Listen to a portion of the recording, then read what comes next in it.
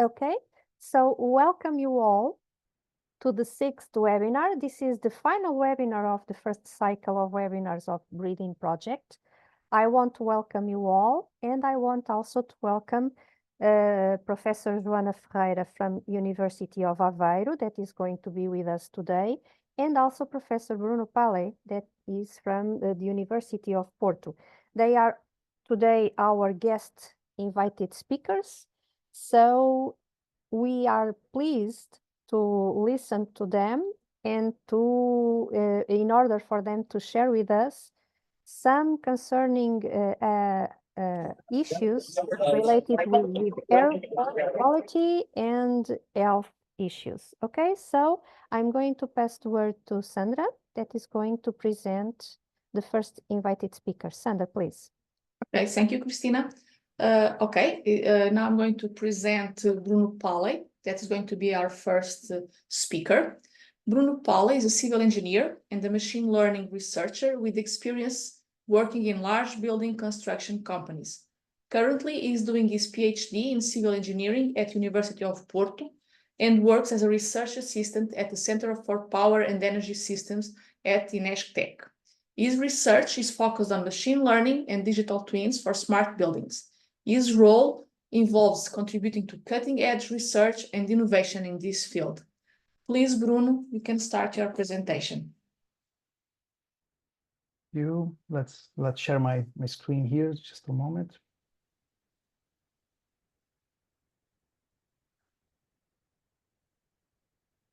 So, hello, thank you for introducing me and for the invitation. Can you see my screen?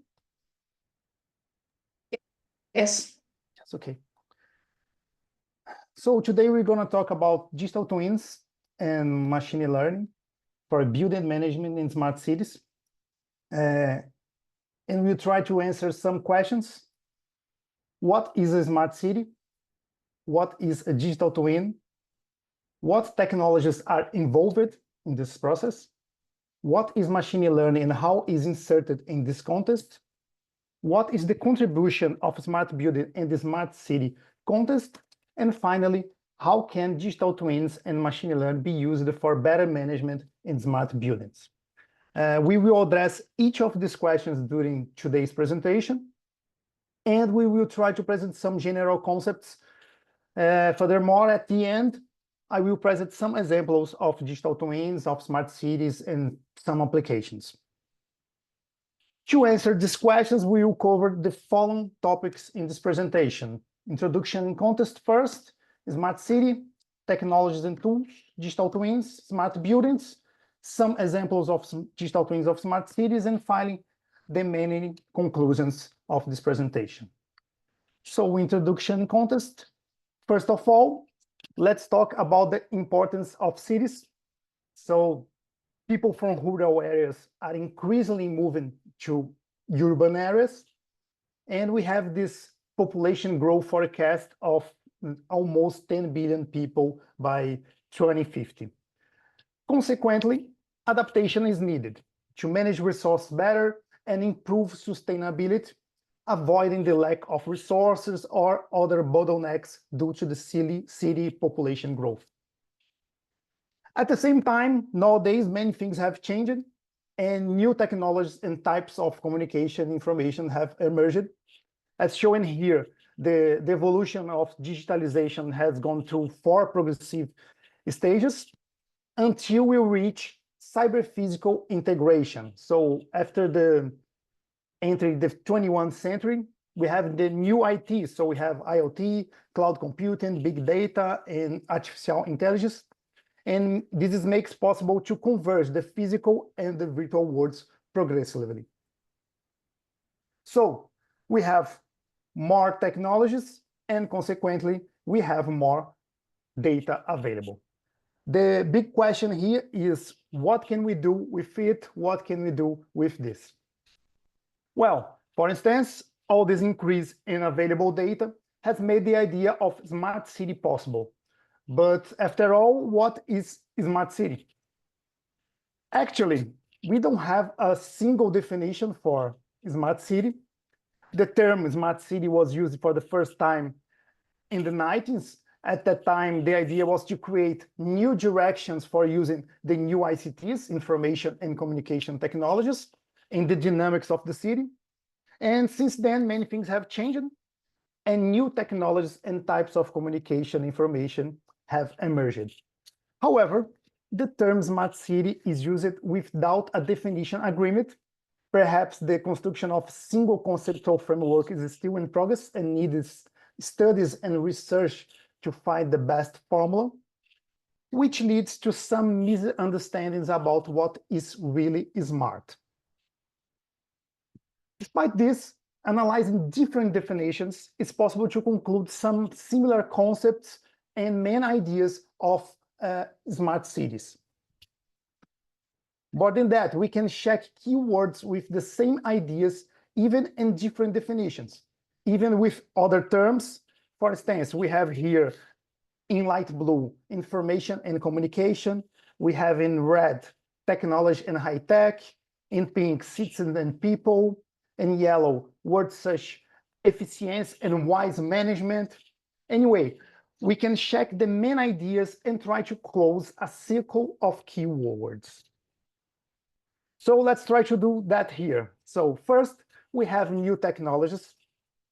Consequently, we have more data and information available. With this, we can provide new service. We can also increase the efficiency of service, evolve in terms of sustainability, reducing waste and optimize the use of resources, increase citizens' quality of life, but not only that, we can engage citizens in the process of developing smart cities. And finally, we have a new dynamic for public policies.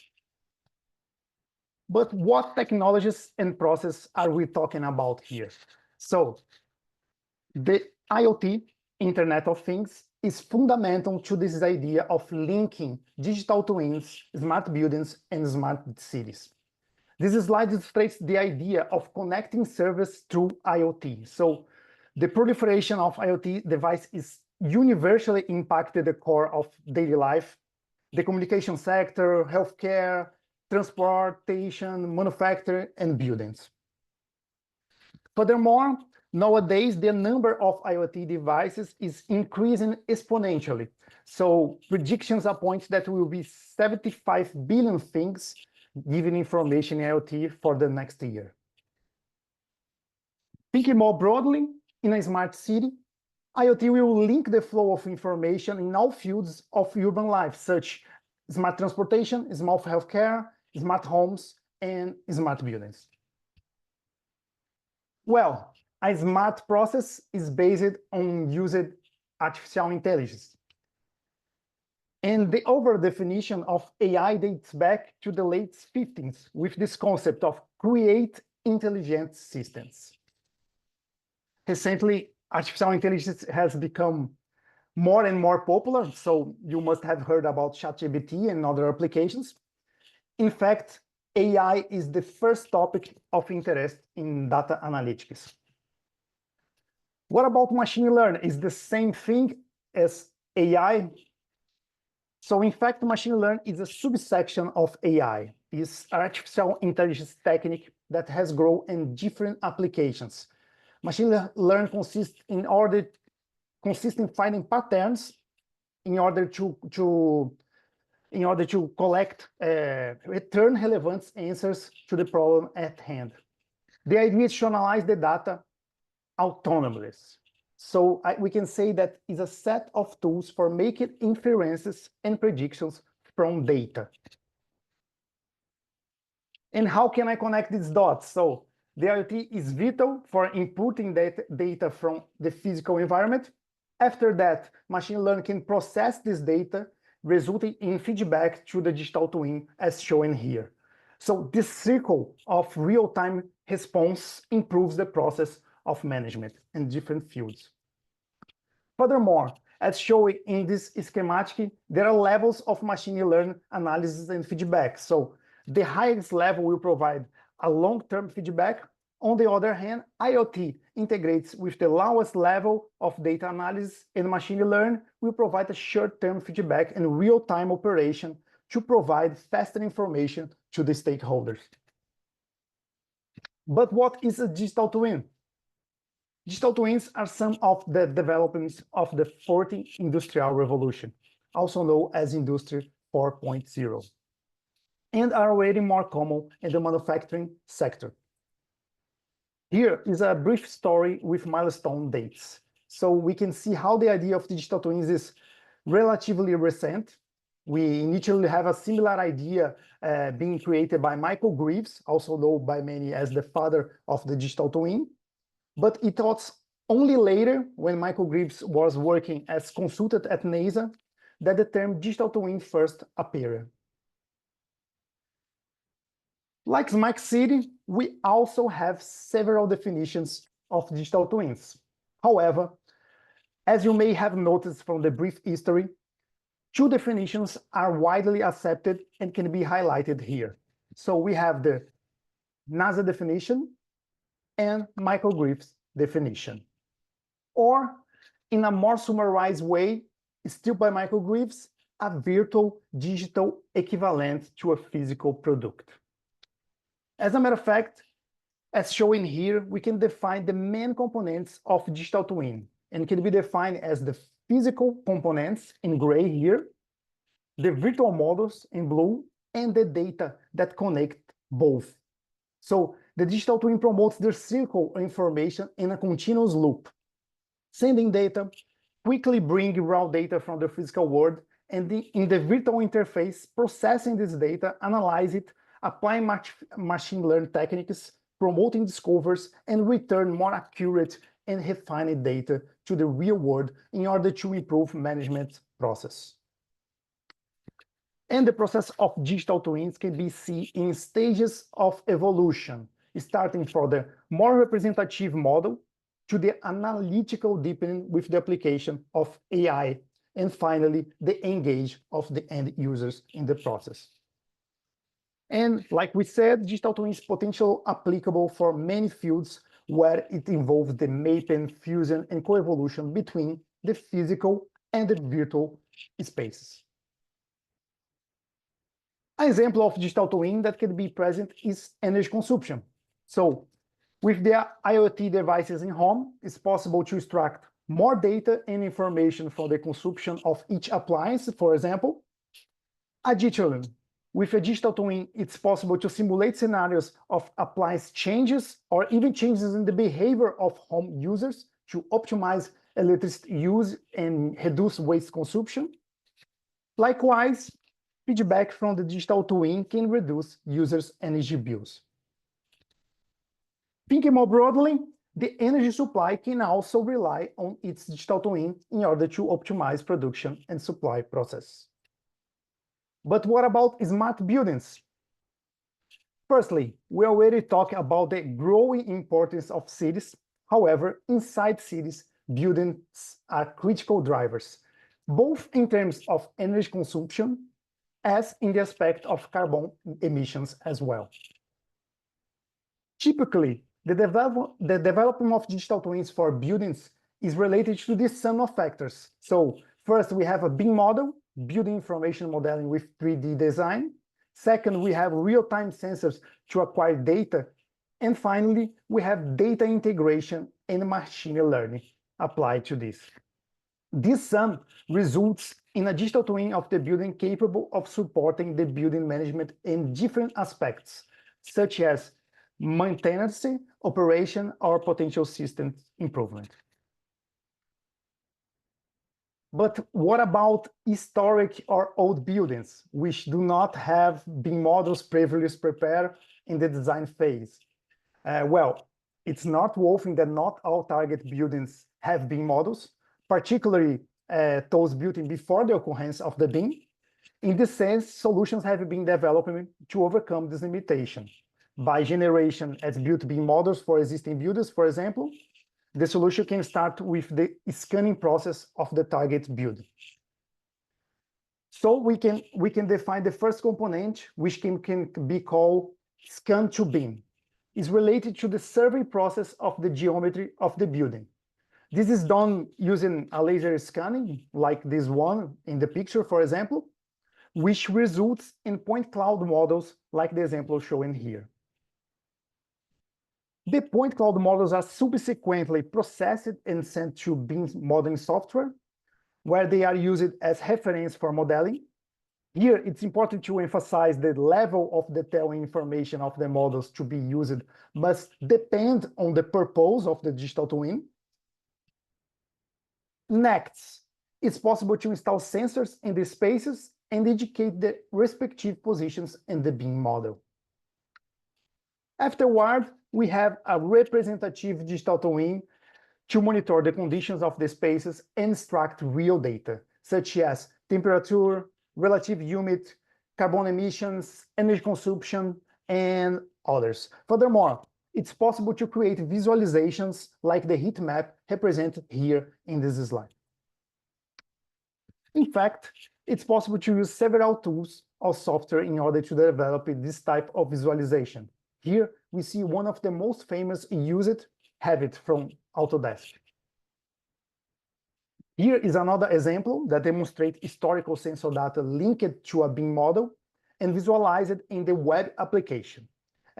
In this slide, we can see a specific example of how historical data is retrieved for CO2 sensor installed inside a room in the building. As we already said, a similar approach can be used for different purposes in a smart building. For example, the objective could be to ensure air quality. As a matter of fact, lack of clean and fresh air is a fatal flaw in human health. So here, in the same process, we first have the point cloud model resulting from a robotic scanning in this case, which is working on to build a BIM model. Later, we add sensors to extract data from the real building. And finally, the application of machine learning models can provide warnings and supporting information to the building management. Despite this, unlike in manufacturing, where digital twins often include a 3D models of the physical asset, digital twins for buildings may not always need this type of visualization. Let's think about design an energy model for a building, for example. We have basically three approaches. Let's talk about each of them. So we have white box, also known as physical modeling. So typically needs more detailed data, the real characteristics of the building. The idea is to create a representative model to simulate future scenarios. However, this is a very time-consuming method and unfortunately often present poor results. So we have a black box model. Is an alternative to the white box modeling, also known as data-driven models, do not demand the precise characteristics of the building. The model is based on internal behavior and respective analysis of the data. In this sense, the application of machine learning models, for example, to predict energy consumption in buildings, has been growing in recent years. And we have a middle ground, the gray box model, also known as the hybrid models. Like the name say, are a blend of the other two types, since establishing a model with limited information about the characteristics of the building, combined with black box techniques. We can say that gray box is the glue that connects the other two approaches. Here, we can see the relations between white box, black box, and gray box approaches in the context of digital twins, machine learning, BIM, IoT, and real physical building. Mainly the conceptual overlaps that we already mentioned in this presentation. We can see how BIM models are more closely related to the white box approaches, and we can see how IoT is the primary connection with real physical object data for applying machine learning models. So finally, some examples of smart city digital twin and their applications. We have a virtual Singapore. It's a 3D replica, digital replica of Singapore. With relevant 3D models, it's possible to carry out simulations and virtual tests of new solutions to urban planning problems. One of the applications is the analysis of potential for solar energy production, for example. Other applications, the variation in temperature and sunlight throughout the day, effects of constructing new buildings or installations, overlay heat and noise maps. It's even possible to create assistance mechanisms for evacuating buildings, avoid excessive flow of people at specific exits. Okay, some main conclusions here to finish. The importance of cities is growing, as is their impact on energy consumption and carbon emissions. In this aspect, thinking about necessary adaptation to implement smart city is essential. In the context of cities, buildings are protagonists in energy consumption and carbon emissions. And finally, the use of digital twins and machine learning has the potential to assist several aspects of building management, reducing wasting resources and increasing the efficiency of systems use. Thank you very much. Here's my contacts, email, and QR code for my linked profile if you want to stay in touch. Thank you. Thank you, Bruno, for your interesting presentation. We'll have the questions at the end of the session, okay? Okay. Cristina, it's your turn now. Okay, thank you. So it's my turn to present the other invited guest. Dr. Joana Ferreira has a PhD on Environmental Applied Sciences. She is an assistant researcher at the Department of Environment and Planning of the University of Aveiro. Since 2001, Joana integrates the research group of emissions modeling and climate change and CESAM, the Center for Environmental and Marine Studies, which is an associate laboratory. She has been developing research on emission inventories and scenarios, air quality modeling and management, and human exposure assessment. She has participated in several national and European research projects. She has supervised and co-supervised master dissertations and PhD theses.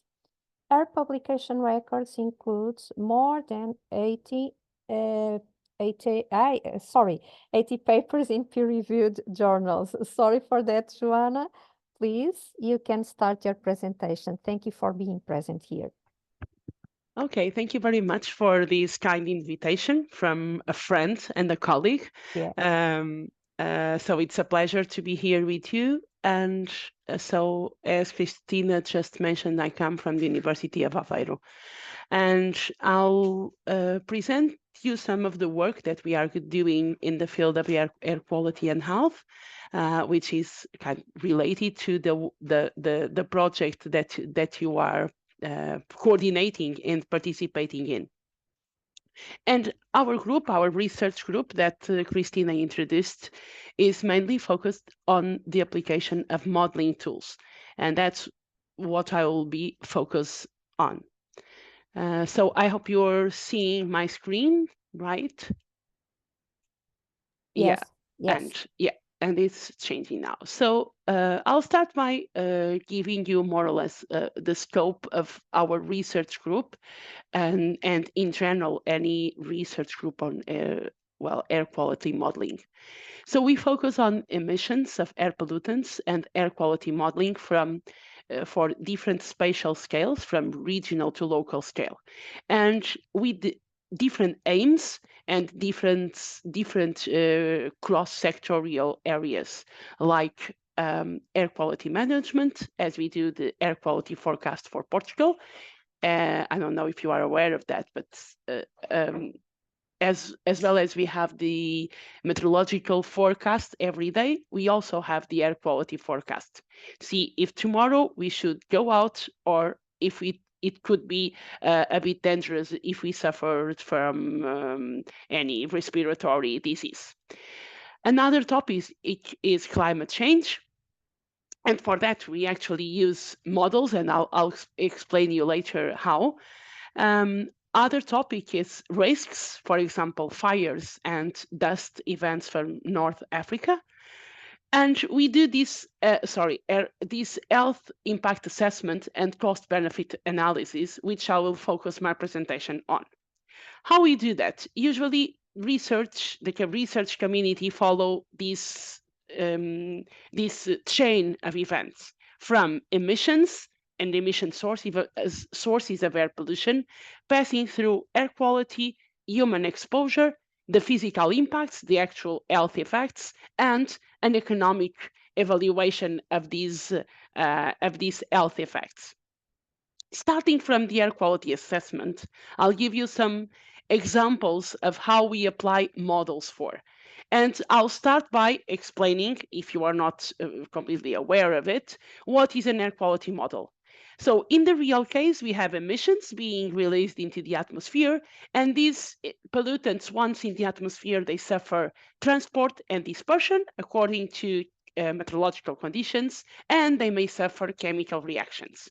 And this will state the air quality. So the air quality is the concentration of the pollutant in a specific environment. And mainly we are talking here about outdoor air quality. And also the position, what is deposited on soils, on the oceans, everywhere in the earth. And so air quality models try to reproduce these processes by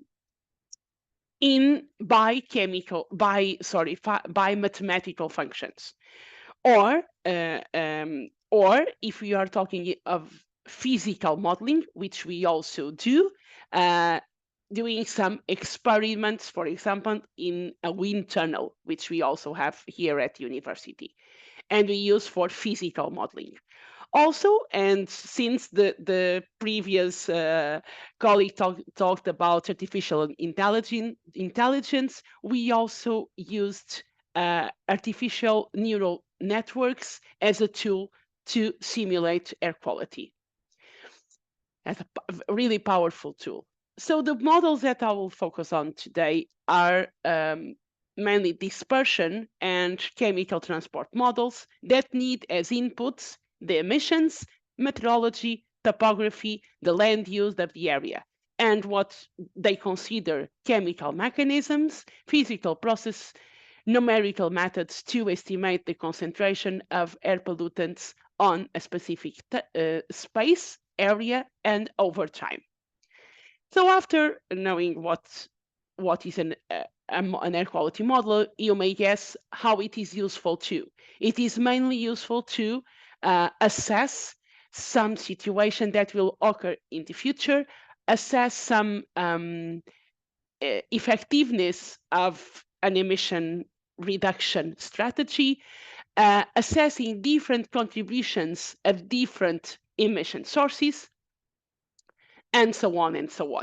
So the things that we cannot measure, but notwithstanding, we need measurements, and we need measurements to validate our modeling results to make it suitable for our purposes.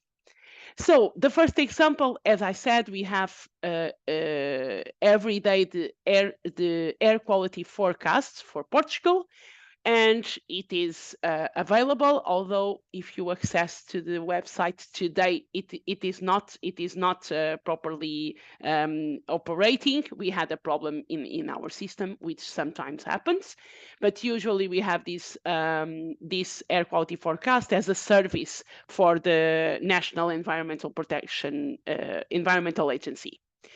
And we use this air quality index as colors that spans from bad to very good indicator of air quality.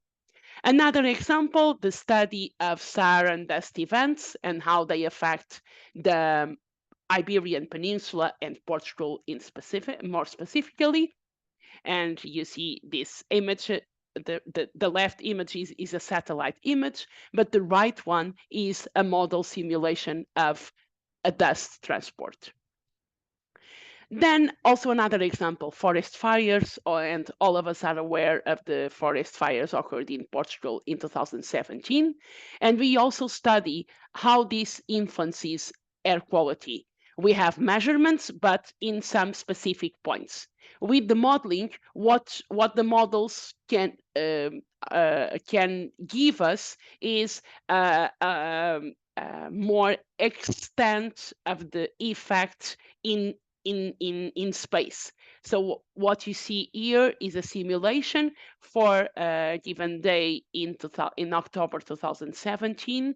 And you see on the left, if we consider all emission sources to simulate air quality, and on the right, you see the difference in terms of PM10 concentrations, outdoor concentrations, the difference between the simulation with all emissions and the simulation without forest fire emissions. So you see in the map actually what is the contribution of forest fires to the air quality in this specific day.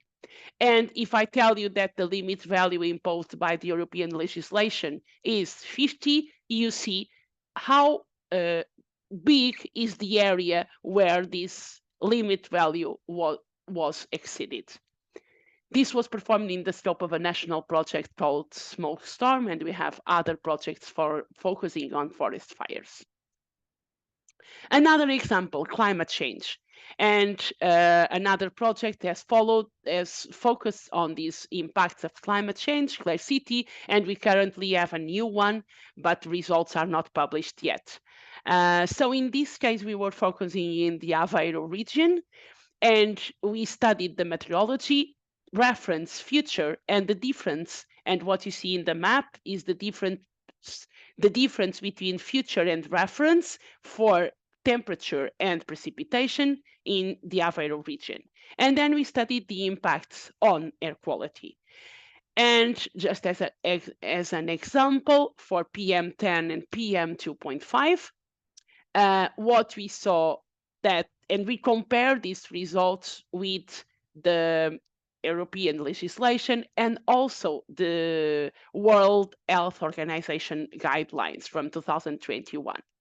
And what we can see is that for PM10, we are, we expect in the future to comply with all legislated values, including the one that is being revised under the revision of the Air Quality European Directive. But if we look into PM 2.5 results, the scenario is not that good, and we expect in the future, although we expect a reduction of PM 2.5 concentrations in the future in the region, this reduction is not enough to comply with WHO guidelines and the proposal for the PM 2.5 limit value of the new Air Quality Directive. So we have to take care and to assess air quality and climate change together to see the impacts for the future and to develop appropriate strategies. Another example, and now touching already the human exposure, this was a project that was a national project performed some years ago, several years ago, and it was focused on Viseu town. Just brought this because this includes some indoor air quality assessment. So we studied children, school children, asthmatic children, and we studied different components of their life, their well-being, and their routines and human exposure. And it was really vast and cross-sectorial. We had a medical team doing some questionnaires to the children and some respiratory assessments. We used we installed some equipment to do some indoor measurements in schools and at homes. Also some outdoor measurements. This allowed us to compute indoor-outdoor ratios. But as you know, measurements are limited in time and space, and so we used models to extrapolate this knowledge of the air quality in the area to a larger area of the Viseu municipality. In summary, what we concluded, since we had assessed summer periods, winter periods, urban populations and rural children populations. So what we concluded is that winter PM10 exposure was above the WHO annual threshold, and we have the different levels of human activity during the day, because maybe, for example, children in suburban areas were more outdoors during the free time than the urban children. And this was influencing their inhaled dose of air. The medical tests, some spirometry and other inflammation outcomes that were measured, indicated some deterioration of airways and lung function when the PM10 and NO2 and VOC exposure was increasing. Another example, and going further on this chain and trying to see how we can establish this relation between what is the human exposure, the contact of the people with the air, either indoor or outdoor, and their implications for their health impacts. And we do this using performing an health impact assessment using concentration response functions that are nothing more than some relations based on vast number of experiments and measurements in different countries with different scopes, and finding this relation between concentration of a pollutant and the response in a human body. And this, we can do that for different health indicators, mortality, so for example, premature deaths, or morbidity, incidence or prevalence of different diseases. And we can estimate this health impact. And what we need for that, we need population data and we need epidemiological data. And this is based on relative risks that were obtained based on different projects. And the one that is on the RAPI project is one of the most studied ones and the one recommended by WHO. And actually, WHO has a calculation tool, RQ+, that is able to compute these health impacts for different cases, different health indicators. And then going even further in this chain, to convince stakeholders, to convince policymakers, we have to give numbers in terms of money. Costs are always what matters for a policymaker. And so we can translate these health impacts, the number of cases of a given health indicator, into a cost. Or if we are improving air quality, into a benefit, an avoided cost. And for that, we have different approaches. One of those, and for premature deaths, is the value of statistical life.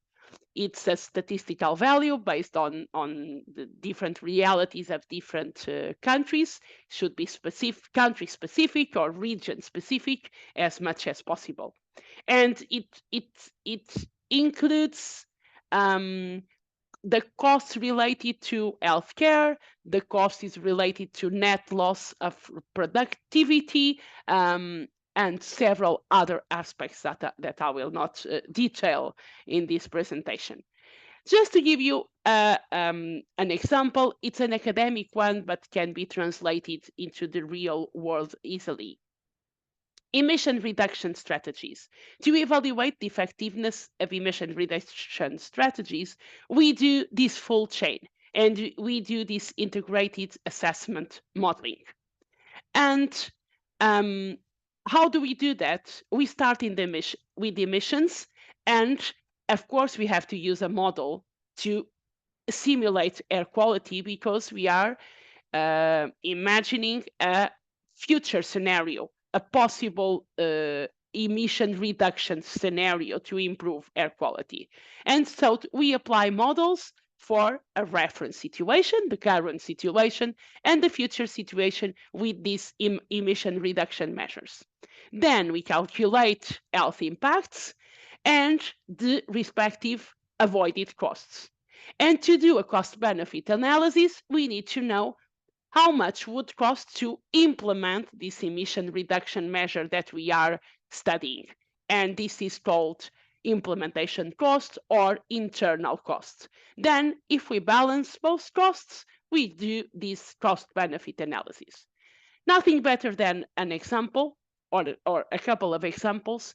This one it was also done in the scope of a project, and it was for Portugal and for 2030. Why 2030? Because we have a legislation that obliges us to comply with some limits of emissions at national level. And so we wanted to see if in 2030 we will, based on the legislation that we have, if we will comply with these limit values for emissions and how the air quality and health impacts would be.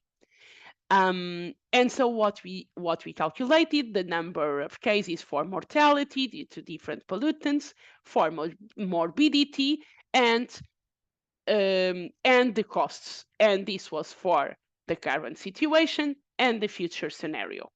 And you see in the map that in the future, we expect to have a less mortality due to PM 2.5, and of course, some positive benefits in terms of costs associated to this reduction of premature deaths due to PM 2.5. On a more local case, we focus on the Porto region, the second biggest city in Portugal, and we studied two different measures. One of them was reconverting fireplaces that are often used for heating in winter, but if we reconvert those into closed fires, more controlled equipment, we could reduce a lot the emissions of PM10. And actually, the figure shows the reduction in PM10 emissions with this measure.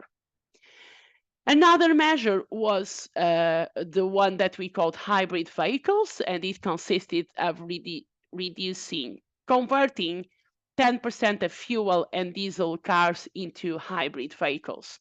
And this also allowed to reduce PM10 emissions, but also NOx emissions. Then we applied an air quality model, and we assessed the percentage of improvement of air pollutants concentration with the application of these two measures. And again, these plots show improvement in air quality for these two pollutants. This is an annual average. Again, then we went through the health impacts and benefits in terms of avoided costs. And these figures show the avoided costs for the two measures, for PM10, for NO2, and the total. And what we can see is that the impact on PM10 is much higher than NO2. And this is because the fireplaces measure was more efficient to reduce PM10 levels and improve the health related to PM10. In terms of costs, we have a total benefit of 3.1 million euros per year with these measures, these two measures implemented. And in terms of cost-benefit analysis, we estimated an internal cost of 2.8 million euros. This means that we have a positive net benefit of 0.3 million euros per year. Of course, this is an academic exercise in the scope of a project, but it tells us that if we assess strategies with this full chain of considerations, we can reach some benefits, and not always looking at the cost of a strategy, but looking at its benefit on a long term. So to conclude, I would like to stress that actually air quality and health impact models combined with measurements are really useful tools to support emission reduction measures, support climate change adaptation and mitigation strategies, and as a whole promote health and well-being, especially in urban areas where most people are concentrated. Thanks a lot for this invitation, and So thank you, Joanna. It was indeed very eye-opening. Your presentation, these results, this set of results that you have present. So now we are going to be able to ask some questions. Please let me know if you want to participate by showing your hand. You can put your questions to both speakers, both Bruno and Joanna, please.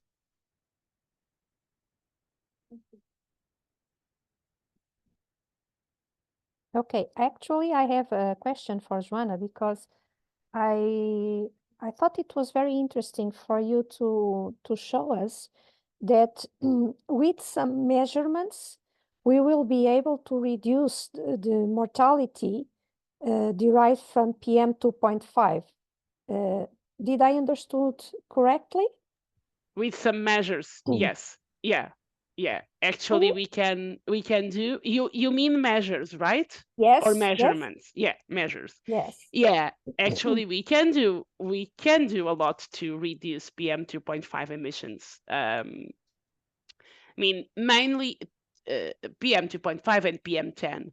Mainly traffic is one of the sources, and also, as I said, and it was not, it was on purpose that I showed these two measures, because actually domestic heating and domestic combustion processes in a whole are really the main sources of PM emissions in Portugal and in Europe.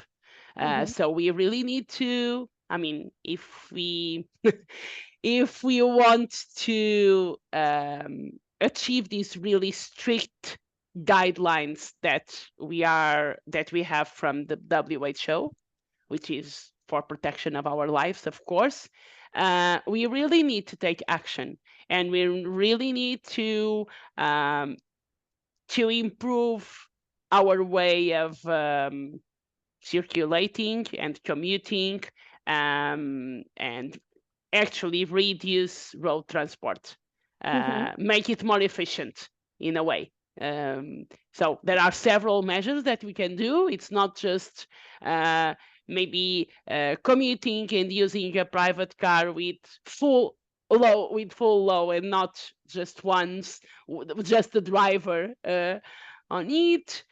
Of course, using more the public transports, and for that, of course, we are always complaining that our public transport system is not efficient to answer to our needs. So there's a lot to do. And we do a lot of these discussions with stakeholders. We have this European/City project, the one that was focused on the Aveiro city as one of the case studies, and it was really focused on the people, and really trying to understand what were their needs, and to actually evaluate measures to achieve their needs, and convince stakeholders that it's really needed. We need to act, in fact. As in, there's a lot of research going on, and this science based research is very popular nowadays. We have lots of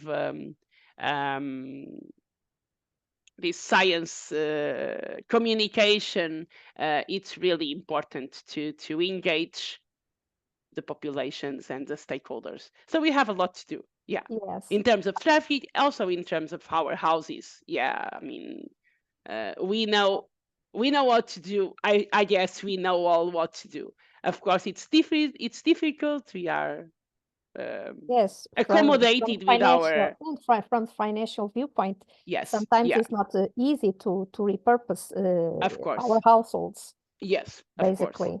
Of course. And there is also a problem of the costs, for example, related with energy, because we can repurpose a fireplace by using AC, but No, AC yeah. costs money due Of course. to the We have to energy. have incentives. Yeah. We have to have incentives at national level, of course, to change our mentalities and our habits. That's And true. since we are talking about stakeholders and decision makers, I think one of the main things that Europe could do is to implement further the possibility of trains to transport goods for our houses instead of the innumerous vehicles. We call it here in Portugal tiers that Yeah. are congesting our roads and pollute everything, because indeed, if we can use trains to transport throughout Europe, we Yeah. could reduce hugely the number of emissions this way. Yeah, So- that's true. But it's also true that I mean, the problem, I mean, heavy duties are a problem because they are contributing to the traffic emissions. Yeah, because of the fuels they use, and yes, as you were saying, but they are not running in the cities, and that's in the cities that most of people live. Mhm. So maybe the measure would be, the most efficient measures should be focused on private cars, public transport, so the means of transport that we use in cities. Mhm. But we know that also most of our cities are not shaped in a way that we could walk. In Aveiro, yes, we could walk everywhere. We In can Figueira walk also. everywhere. Yeah, but in many European cities, you cannot walk everywhere. So the cities have also to transform a bit in terms of urban planning to be able for us to be able to have a healthier life, I would say. Thank you, Joanna. Anyone else wants to ask a question to our invited speakers? So as usual, I have another question to Bruno. Bruno, it is very demanding, perhaps from the computational viewpoint, to implement a machine learning basis to do some research, isn't it? Sorry, Or not? I don't get it. You say computational efforts? Computer from the computational viewpoint, Okay. it is very demanding to implement a strategy to put a machine learning environment to gather information. Isn't it? Since I do not work with it, I'm curious, because I work in my area with heavy data, so for me sometimes it is a struggle. It depends of the targets, depends of the tasks, depends of the objective that you want to achieve. In fact, sometimes we have simple models that can provide good answers and important answers for the management. But the big problem that we have with machine learning is the data quality. As usual. Yes, yes. Especially when we are talking about real cases, so real data of buildings. So we don't have a standard of data from buildings. We don't have a standard for projects as well, for BIM models. So every single project real case that we have to manage, we have to look especially for that case. So what systems, what type of sensor, what type of problems we have in data, we have emission values, we have outliers, what type of time changes we have in that area. So the challenge is, the big challenge for me, from my experience, is apply in the real world scenarios. That's why I say that we already have too much to research and too much to study. This is good. It's bad, but it's good at the same time. Big challenge, big data, isn't Exactly. it? Big data. Good one. Exactly. So, anyone else wants to ask something to our invited speakers? Okay. Maybe, Joanna, we can talk a little bit further because we are gathering data in four institutions, and maybe we can collaborate in the future because since, like Bruno told us, the main issue is data and availability of data. So we are starting to collect data here in this project, and maybe we can collaborate with each other and try to make some joint venture in order for us to be able to reach a broader audience, and in the near future maybe collaborate in another project. Yeah, we are always open for new collaborations, so feel free to contact us. An invitation / challenge for both of you in both of your institutions. Okay? Yeah, thanks a lot.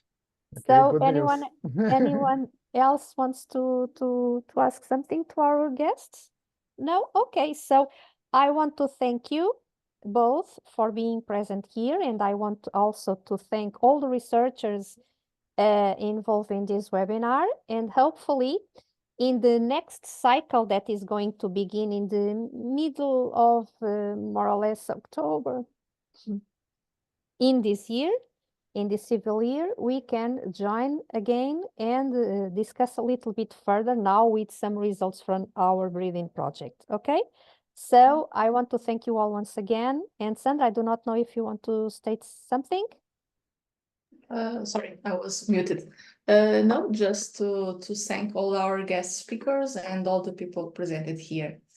Okay, thank you all. Okay, thank you all. Goodbye. Thank you very much. Bye-bye. And happy holidays. Okay, bye. August is almost here.